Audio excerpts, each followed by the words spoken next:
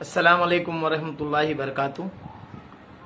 दोस्तों, आज जिस मौजू पर मैं आपसे मुखातिब हूँ वो ये है कि हालिया में मैंने समाजवादी पार्टी के सोशल मीडिया पर कुछ लोगों को देखा ये बयान करते कि मजलिस इत्तेहादुल मुस्लिमीन कानपुर पर 3 सीटों पर इंतखाबात लड़ रही है और उनका ये कहना है कि मजलिस इत्तेहादुल मुस्लिमीन के लड़ने से भाजपा वहां जीत जाएगी, क्योंकि इन 3 सीटों पर एक पर कांग्रेस और 2 सीटों पर समाजवादी काबिज है। लेकिन ये समाजवादी की बुनियाद 1990 के बाद रखी गई। कानपुर की तारीख ये रही कि कानपुर पर समाजवादी का गलबा कभी इतना ज्यादा रहा नहीं। कानपुर के लोकसभा में 1980 में आरिफ साहब सांसद हुआ करते थे। उसके बाद एक बार समाजवादी ने एक मुस्लिम कैंडिडेट दिया सोलंकी साहब को, जो तकरीबन 1.5 लाख वोट लिए। लेकिन उसके बाद से समाजवादी ने कभी किसी मुस्लिम कैंडिडेट को एमपी का टिकट दिया नहीं। वहां ज्यादातर कांग्रेस की एमपी रहे और कांग्रेस के एमएलए भी ज्यादा रहे। अभी भी जो 3 एमएलओ की ये बात कर रहे हैं उसमें एक सोहेल अंसारी, वो कांग्रेस से एमएलए है।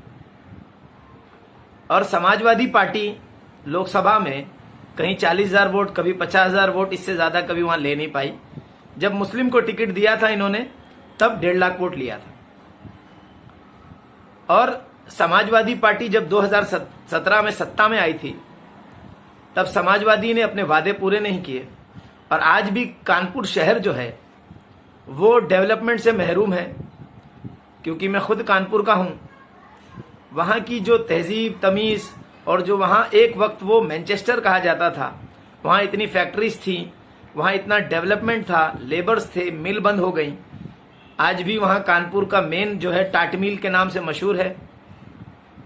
और कानपुर में आज भी जो ब्रिज है, रेलवे का जो एक पहला ब्रिज शुरू हुआ था, वो आज भी एक पट्टे से चल रहा है। आज तक वो पूरा नहीं हो पाया। तो न यहाँ के विधायक, न यहाँ से लोकसभा में जो सांसद गए, उन्होंने कभी कानपुर के डेवलपमेंट की बात की। गंदगी का आलम, गंगा जो है कानपुर से बहकर जाती है। कभी गंगे किनारे विजिट करके आइए, कानपुर में आपको पता चलेगा हालात क्या है। और मजलिस इत्तेहादुल मुस्लिमीन क्यों लड़ रही है और मजलिस इत्तेहादुल मुस्लिमीन क्यों ना लड़े। समाजवादी पार्टी के वजूद से पहले कांग्रेस की सीटें थीं, तो कांग्रेस को हटाकर तो समाजवादी के लोग आए, तो आपको हटा के हम मजलिस के लोग आएंगे, क्योंकि आपने इतने सालों में काम किया नहीं है। अगर आप डेवलपमेंट करते, काम करते, तो आवाम हमारे जलसों में इतनी बेतहाशा आती नहीं। और आज सपा, बसपा, कांग्रेस तीनों अलहदगी में लड़ रहे हैं, तो आप तीनों के वोट डिवाइडेशन से क्या भाजपा नहीं जीतेगी। और हम उन सीटों पे ही लड़ते हैं जहां हम सर्वे करते हैं और जहां उम्मीद होती है कि हम वहां जीत हासिल करेंगे। बड़ी रोध होकर कानपुर में एयरपोर्ट आया। एयरपोर्ट का हालत कभी जाके देखिए, अभी और टाइम लगेगा डेवलप होने। कानपुर स्टेशन पे कभी बाहर जाके देखिए क्या हालात है। कानपुर में समाजवादी हो, चाहे कांग्रेस रही हो या भाजपा रही हो, डेवलपमेंट हुआ कहां कानपुर का। और हमारे इलेक्शन लड़ने से समाजवादियों के पेट में दर्द क्यों हो रहा है। अभी आपके मुल्ला मुलायम सिंह आरएसएस प्रमुख के गोद में जाके बैठे, कभी मोदी को बुलाते हैं। हमारे ओवैसी साहब ने तो कभी बुलाया नहीं, ना उनकी गोद में बैठे। हमारे इलेक्शन लड़ने से पेट में दर्द क्यों होता है। आपकी समाजवादी पार्टी, जिसका गुजरात में वजूद नहीं था, पिछले विधानसभा इलेक्शन में गुजरात में जाकर सीटें लड़ी, कहीं 1000 वोट पाया, कहीं 2000, कहीं 2200। उन वोटों के वजह से बीजेपी वहां सत्ता में आई, कांग्रेस का वोट कट गया वहां।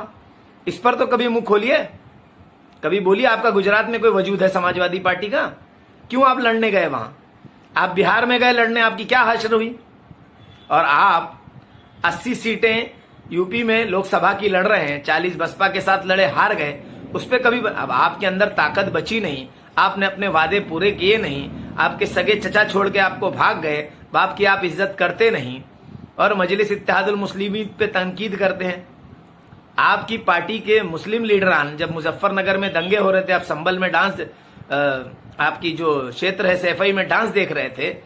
आज मुसलमानों को वहां मिला क्या मुजफ्फरनगर में। आप आजम खान के लिए तो आवाज उठाइए जो आपकी पार्टी के लीडर हैं। कब आपने यूपी बंद का आह्वान दिया आजम खान के लिए? आज मजलिस लड़ रही है तो आपके पेट में दर्द हो रहा है। इंशाअल्लाह सेकुलरिज्म के नाम पर आप कट्टरवादी हैं और मजलिस इत्तेहादुल मुस्लिमीन आज आपको बेनकाब करेगी और इंशाअल्लाह यूपी के इलेक्शनों में कानपुर के हर जगह से जहां हमारी तादाद है, जहां हमारे पास वोटर्स हैं, वहां हम लड़ेंगे और इंशाअल्लाह ताला मुसलमानों की, दलितों की, पिछड़ों की, दबों की आवाज बनकर उभरेंगे। अस्सलाम वालेकुम व रहमतुल्लाहि व बरकातहू।